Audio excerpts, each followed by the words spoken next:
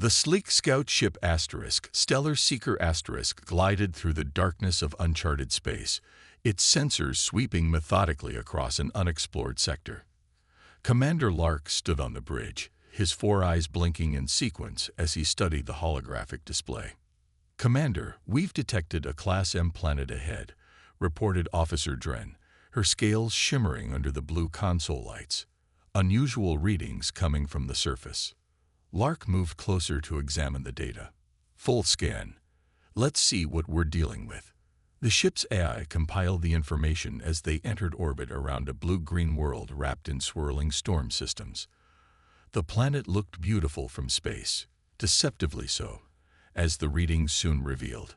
"Gravity at 1.3 times Alliance standard," Dren announced, her voice growing concerned. "Atmosphere contains toxic levels of oxygen. Temperature variations from -40 to +50 degrees. Constant electrical storms. Aggressive life forms detected." She looked up at Lark. "It's a Deathworld, sir." Lark's antennae twitched with excitement despite himself. In 30 cycles of exploration, he had cataloged 17 Deathworlds, but each discovery still fascinated him. Planets so hostile that no intelligent life could possibly evolve there, much less survive. "Designated Deathworld 372 in the database," he ordered. "Standard observation protocols. No landing." "Commander," interrupted the communications officer, his voice unusually high. "I'm detecting an artificial signal from the surface." The bridge fell silent. "That's impossible," Lark said flatly. "Nothing survives on Deathworlds." "Signal confirmed, sir. It's a repeating pattern. Definitely artificial." Lark hesitated only briefly. "Launch 3 observation drones. Keep them in the upper atmosphere to avoid damage." The crew watched tensely as the drones descended through the violent atmosphere. Static interference flickered across their displays as lightning struck perilously close to one of the drones. "Enhancing imagery," Dren said, manipulating the controls. The screen cleared to reveal a valley nestled between jagged mountains. In the center stood a crude structure, clearly built, not natural. Beside it, a small garden of unfamiliar plants grew in neat rows. "Impossible," whispered Lark again. One of the drones swept lower, focusing on movement near the structure. A figure emerged, looking up at the drone with apparent interest rather than fear. "Magnify," ordered Lark. The image zoomed in on a bipedal creature with minimal protective gear despite the hostile environment. It wore simple clothing and carried primitive tools. Most shocking of all, it had only 2 eyes and no natural armor or visible adaptations for the harsh conditions. "It's just standing there, breathing the toxic air," said Dren in disbelief. The creature raised an arm in what appeared to be a greeting gesture. "Sir," the science officer reported, "biological scan indicates it's a species not in our database. Carbon-based, extremely fragile physical structure. No redundant organs. Minimal protection against radiation or temperature extremes." He looked up from his instruments. By all measures, it should be dead instantly in these conditions. Lark made a decision. "Activate the translator drone. Make contact." They watched as the smallest drone descended.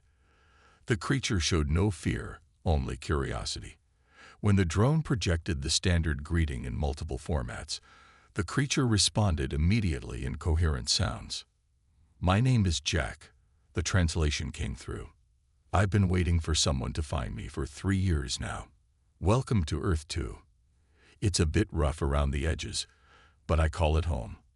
Commander Lark stared at the screen, his worldview crumbling. The most fundamental principle of xenobiology, that no advanced life could survive on Deathworlds, had just been disproven before his eyes. "How?" he asked simply, though Jack couldn't hear him yet. The creature smiled, somehow seeming to understand the unasked question. "I think," said Dren quietly, "we've just made the most important discovery in Alliance history." Jack stood in the middle of the Stellar Seeker's medical bay, surrounded by curious alien eyes. The ship's quarantine field hummed softly around him. a precaution that made Jack smile. They feared contamination from him, yet he had survived in conditions that would kill any of them in minutes. "Please remain still while the scan completes," said Dr. Moores, the ship's medical officer. Unlike Commander Lark's 4 eyes, Moores had 6 that blinked in an unsettling pattern. The doctor's thin fingers adjusted controls on a hovering panel. Jack nodded, standing patiently as blue light washed over his body. After 3 years alone on the planet he'd named Earth 2, the presence of other intelligent beings, even alien ones, felt like a miracle. "Remarkable," muttered Dr. Moores, studying the results. "Your body contains no special adaptations at all. No enhanced lung capacity, no reinforced skeleton, no protective layer against radiation." The doctor's voice carried unmistakable confusion. "Yet you survived in an environment that our hardiest exploration suits can barely withstand for 6 hours." Commander Lark stepped closer to the quarantine field. "What are you? Some kind of advanced bioengineered being?" Jack laughed. "I'm just a human. From Earth, the original one, not my little colony." He gestured to his body. "This is standard equipment for my species." "Impossible," said Officer Dren, who had joined them in the medical bay. "No evolution would create a species so vulnerable yet able to survive such extremes." Jack shrugged. "Earth isn't quite as harsh as Earth 2, but it has its challenges. We humans adapted." Dr. Moores continued scanning through the results. "Your bones would snap under higher gravity. Your skin burns in ultraviolet light. Your lungs have no filter for toxins." The doctor looked up. "By all scientific understanding, you should not exist." Commander Lark ordered the quarantine field lowered after the medical team confirmed Jack posed no biological threat.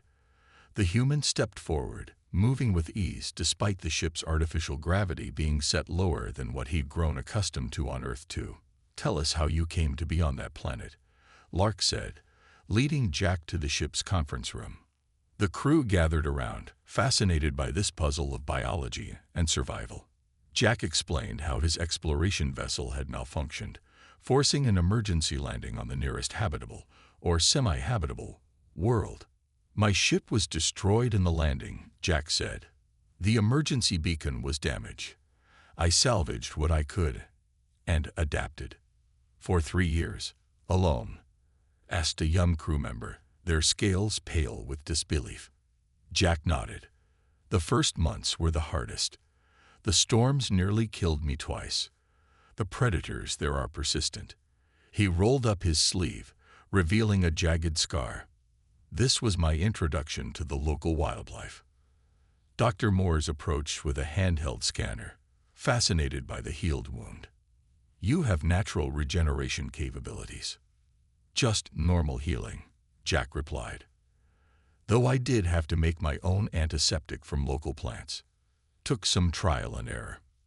Commander Lark watched Jack carefully. "What about shelter? Tools? Food?" "I repurposed parts from my ship for basic tools. Built a shelter from local materials. As for food," Jack smiled. "That was tricky. Lots of experimentation to find what wouldn't poison me." Officer Dren looked horrified. "You just tried eating things on a Deathworld." "Small amounts at first," Jack explained casually. "If I didn't get sick, I'd try more." The science officer, who had been quiet until now, stepped forward. "What about the psychological toll? Isolation in extreme conditions causes mental breakdown in most species." Jack's expression grew more serious. "I kept a journal. Talked to myself sometimes. Set daily goals." He looked around at their bewildered faces. "Humans are social creatures, but we can endure isolation when necessary." Commander Lark exchanged glances with his officers. The being before them defied everything they knew about survival and adaptation. Not extraordinary in any measurable way, yet capable of enduring conditions that would kill the hardiest species in the Alliance. "A single question remains," said Lark finally. "If you are merely a typical example of your species, what exactly are humans?" Jack smiled. "We're explorers, survivors, adaptable."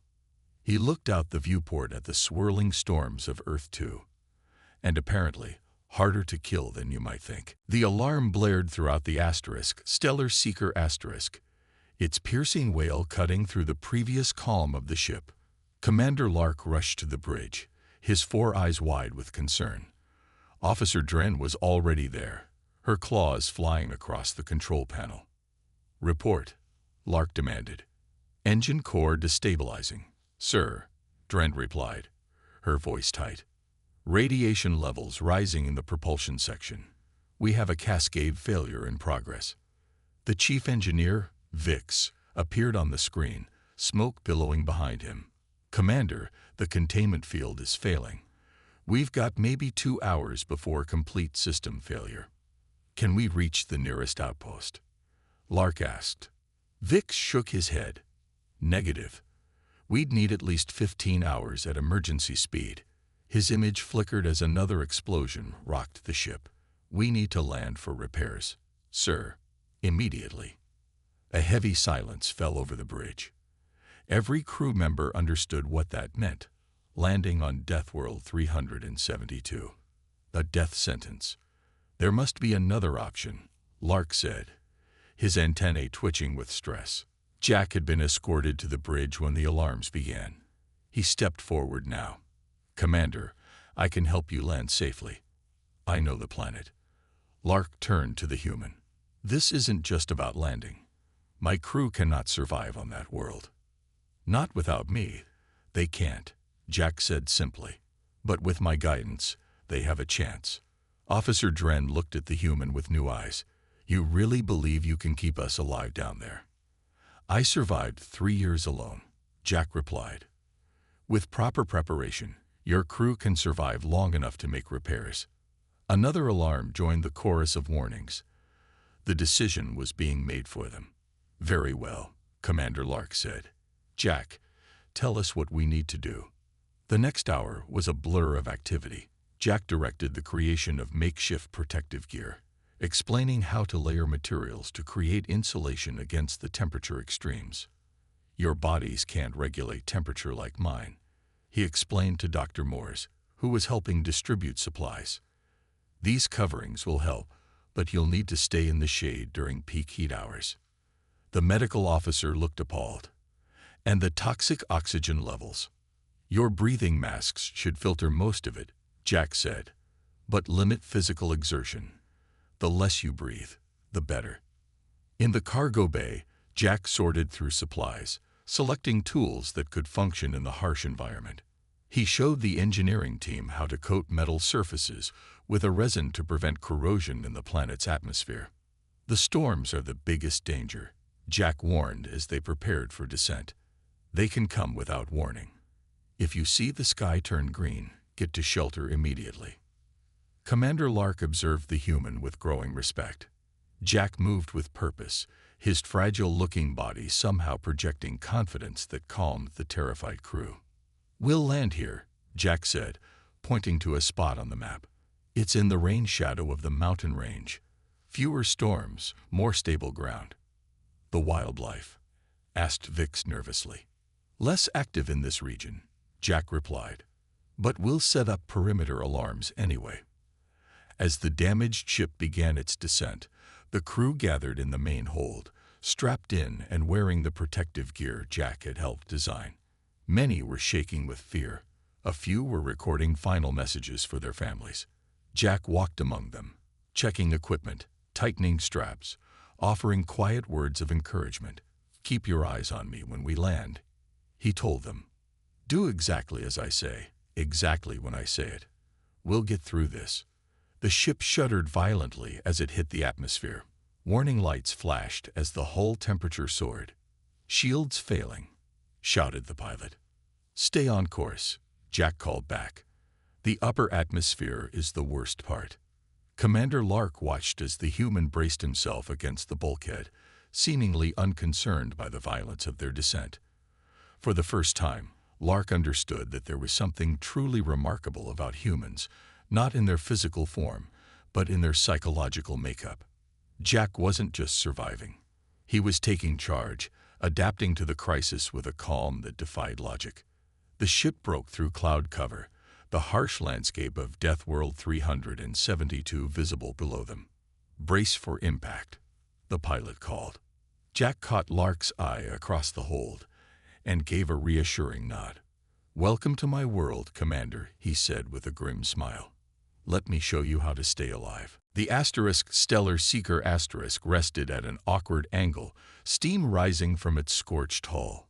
Around it, the alien landscape of Deathworld 372 stretched in all directions.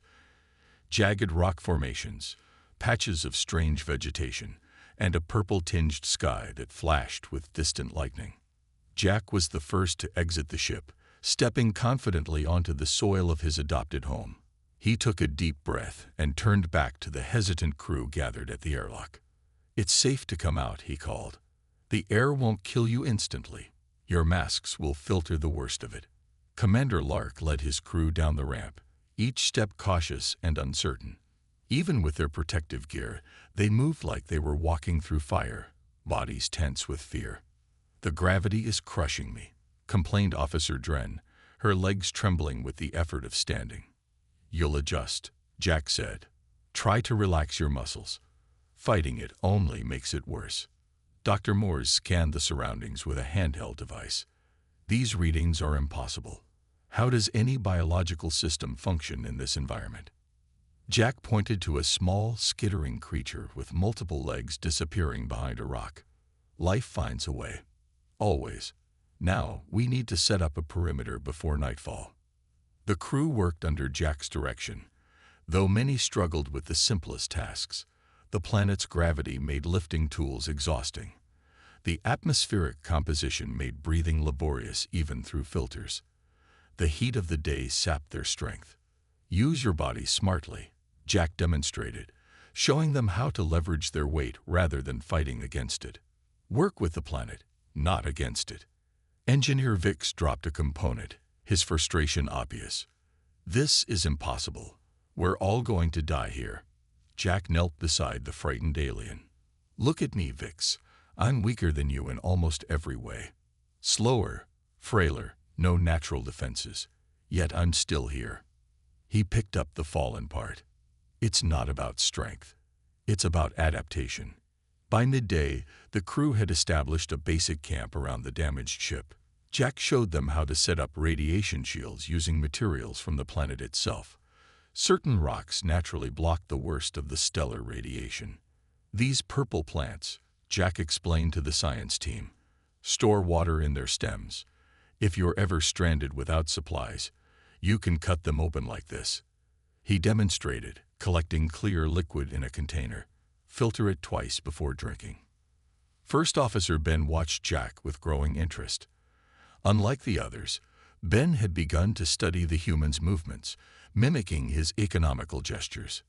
"You don't waste energy," Ben observed. "Every movement has purpose." Jack nodded. "On a world that wants to kill you, efficiency keeps you alive." A low rumble interrupted their conversation.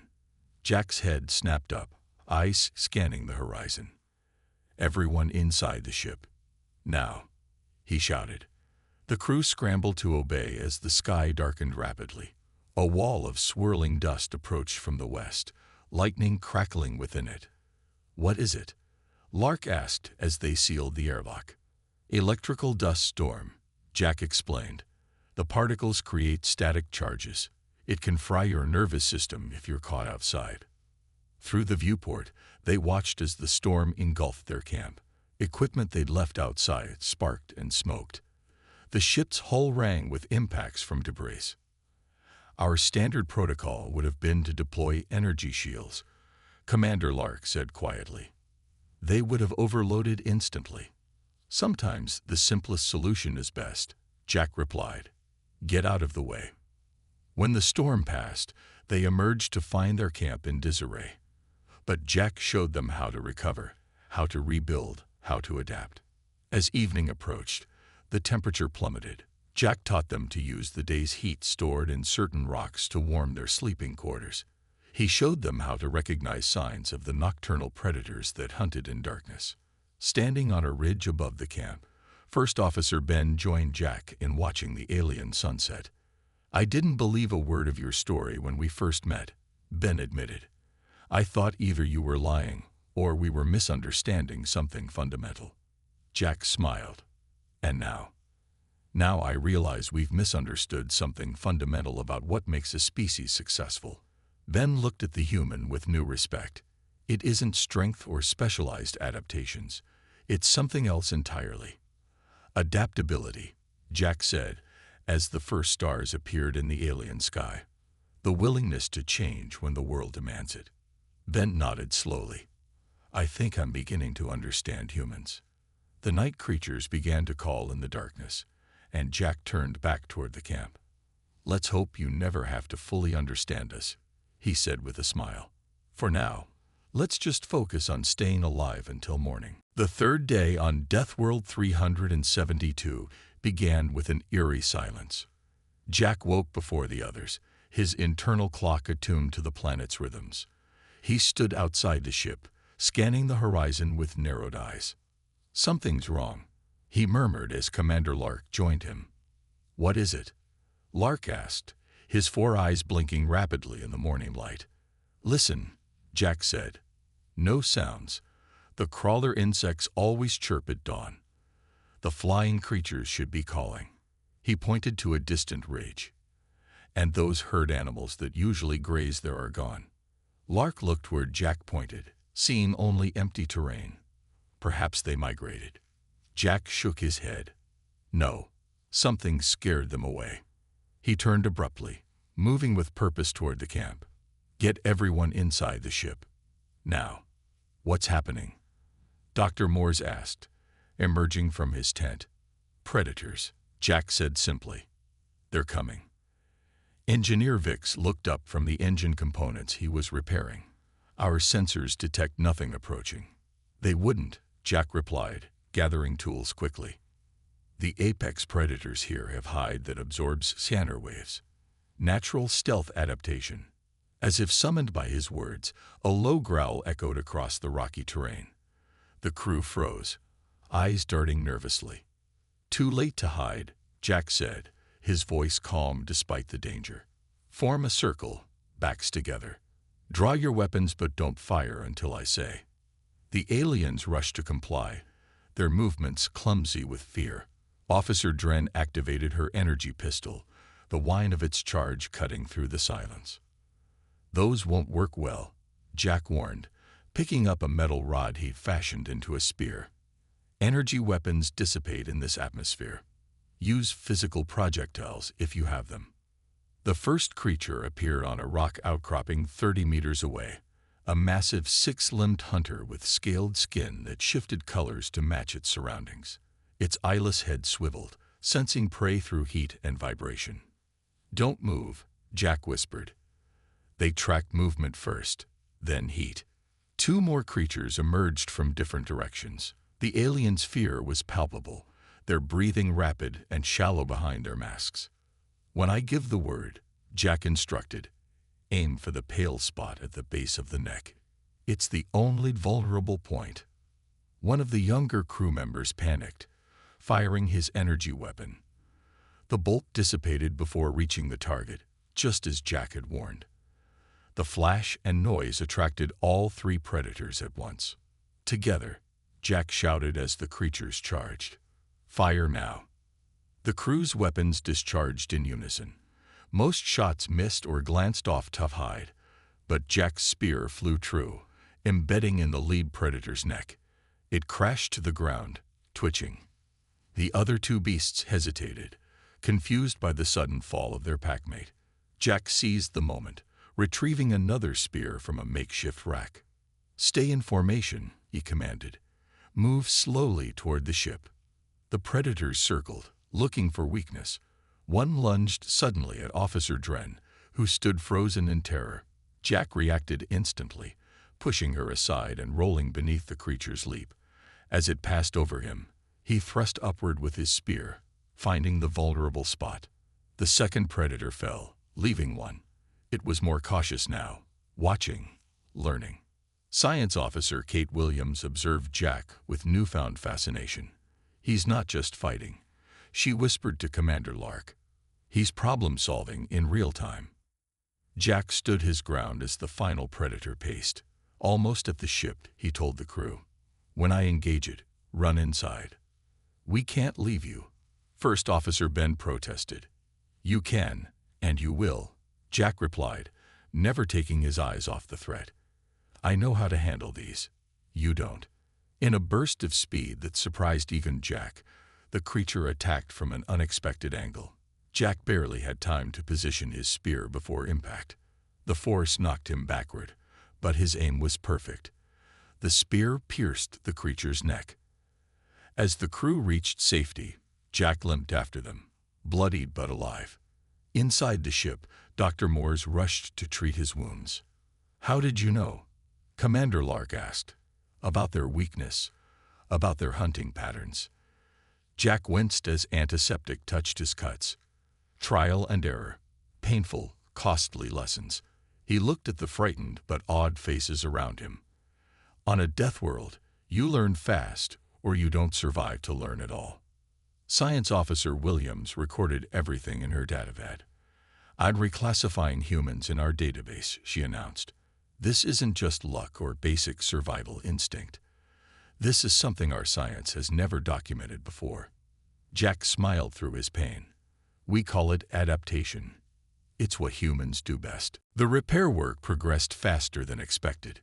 Engineer Vix and his team, now acclimated to the harsh conditions, moved with growing confidence around the ship's damaged sections. Jack supervised their efforts, offering insights on how to protect sensitive components from the planet's corrosive atmosphere.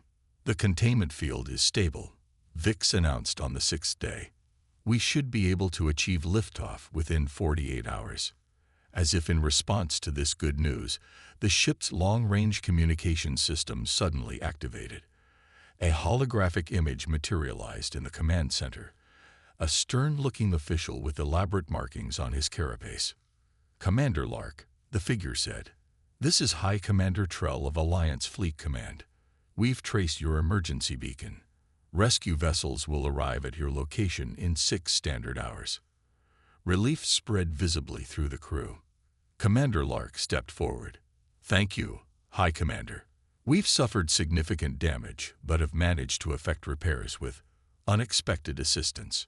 Trell's eye stalks swiveled. "Our scans indicate you've landed on a classified Deathworld. How is your crew surviving?" Jack stood quietly at the back of the group, watching the exchange with interest. "We've had help," Lark explained, gesturing toward Jack, a native inhabitant of the planet. The High Commander's image flickered as he leaned closer, studying Jack. "Impossible. Our scans indicate that being is carbon-based with minimal protection against the environmental conditions. It cannot be native to a Deathworld." "Not native to this planet specifically," Jack clarified, stepping forward. "I'm human, from Earth. I was stranded here 3 years ago." Silence followed this statement. The High Commander's expression was unreadable to Jack, but the crew of the Stellar Seeker recognized shock and disbelief. "This changes protocols," Trell finally said. "The being must be contained and transported to Alliance Science Division for study. The planet will be quarantined pending further investigation." Commander Lark's antennae stiffened. "High Commander, with respect, this human saved our lives. Multiple times. He is not a specimen for study, but a sentient being who deserves our gratitude." "Your judgment is compromised by your situation, Commander," Trell replied coldly. "Alliance Protocol 447 is clear regarding unknown species with survival capabilities beyond normal parameters. The human represents a potential biological threat to Alliance security." Jack stepped closer to the hologram. "I'm standing right here, you know. And I can hear you planning to treat me like a lab experiment." "The human will be treated humanely," Trell assured them, ignoring Jack directly. "But we must understand how its kind survives in conditions that would kill any known sentient species." Science Officer Williams moved to Jack's side. "High Commander, I've been documenting the human's abilities. There's nothing biologically extraordinary about his species. Their advantage is cognitive and behavioral, not physical." "Exactly," Jack said. And by the way, humans aren't just surviving on one death world. We've colonized several worlds you'd probably classify similarly. This revelation caused visible shock among the Alliance crew.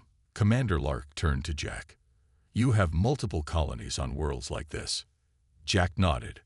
Earth itself has almost every climate zone you can imagine. From Arctic to desert, from mountains to oceans. Humans have lived in all of them for thousands of years. When we reached space, we looked for worlds that reminded us of home. The implications are significant. First Officer Ben said thoughtfully, if humans regularly colonize worlds we consider uninhabitable, then your entire classification system needs revision. Jack finished. The High Commander's image flickered as he conferred with unseen advisors. When he returned his attention to the group, his tone had changed.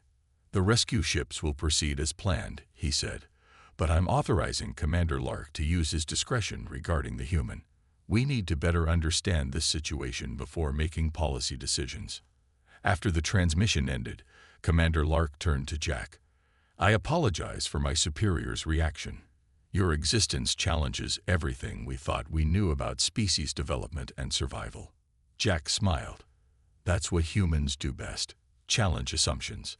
When the rescue ships arrive, Lark said, would you be willing to speak with our scientists? Not as a specimen, but as a representative of your species. I'd be happy to, Jack replied. But first, let me tell you something about humans that might help explain things. He looked around at the crew who had become his friends. We don't just survive hardship. In a strange way, we need it. Challenges don't break us. They define us. Science Officer Williams nodded slowly. I'm beginning to understand, and I think the Alliance has much to learn from humanity. The Grand Chamber of the Alliance Council fell silent as Jack walked to the center platform. Hundreds of representatives from across the galaxy watched the human with a mixture of curiosity, suspicion, and awe. 3 weeks had passed since the rescue from Deathworld 372, and in that time, Jack had become the most studied individual in Alliance history. High Commander Trell stood at the primary podium, his formal armor gleaming under the chamber lights. Members of the Council, we gather today to address the implications of our encounter with the species known as humans. Our understanding of galactic life must be reconsidered in light of recent findings. Jack stood calmly, wearing simple Earth clothing rather than the elaborate formal wear offered to him. Commander Lark and his crew sat in a special section, their presence a testament to their shared experience. The human before you survived alone for 3 years on a planet classified as immediately lethal to sentient life, Trell continued. Our scientists have conducted extensive examinations and found no extraordinary biological adaptations to explain this capability.